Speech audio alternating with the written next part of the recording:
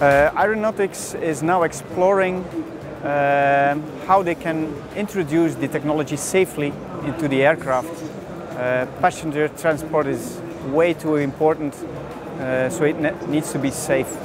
Well, it is used in different several ways. As I mentioned in the conference, we have applications with a lot of mechanical needs that are very complex, and we also have some others which don't have that complexity and can also be used. So then there is different technologies for each of one, and it's just trying to find the correct one.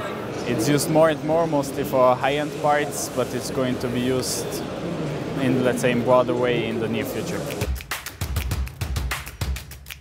We are using metal printing, and we use EBM technology for it. So it's electron beam melting. It's a powder bed system, which we see for titanium has big advantages. We rely with a lot of technologies, powder-based with the laser and also with the EBM. But we are exploring other new modalities like ED. We use the SLM. In this case, we are using a Renishaw machine, A400. We rely on different technologies. We have additive technologies for additive manufacturing technologies for metals from SLM, and then we also have for plastics, multi-jet fusion and FDM, and then we also have stereolithography for resins. Mostly SLS and, let's say, in general, powder-based systems.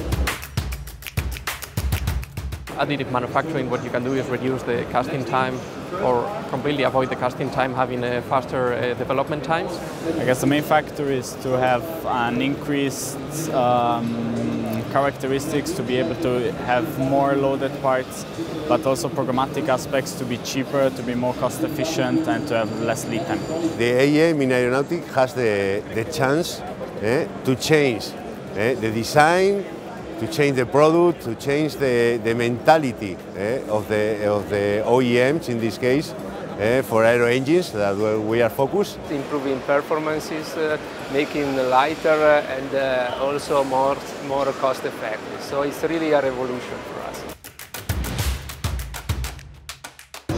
We are producing for aerospace mainly, so we need to be ready for the future when our customers come to us and want parts which start from a printed component.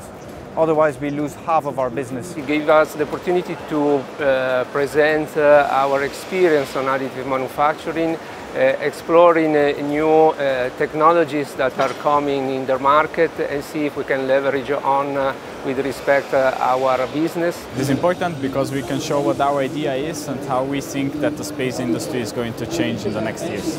Well, it is very important because it's putting into the public stage different technologies and different alternatives, not only for additive manufacturing, but also for robotics and industrialization. It is a very complex question. What we can see is that there is certainly a need or a request for bigger manufacturing machines, but there is also a lot of need for different materials. So there is a lot of research to be done within the next 10 years. So especially in the space industry, I see a redefinition of the whole design concept of spacecraft, meaning that we might rethink completely the way how a spacecraft is built. I think that in 10 years there will be more products that will be produced in series with additive manufacturing. In 10 years, I think it will be way more integrated into the design offices.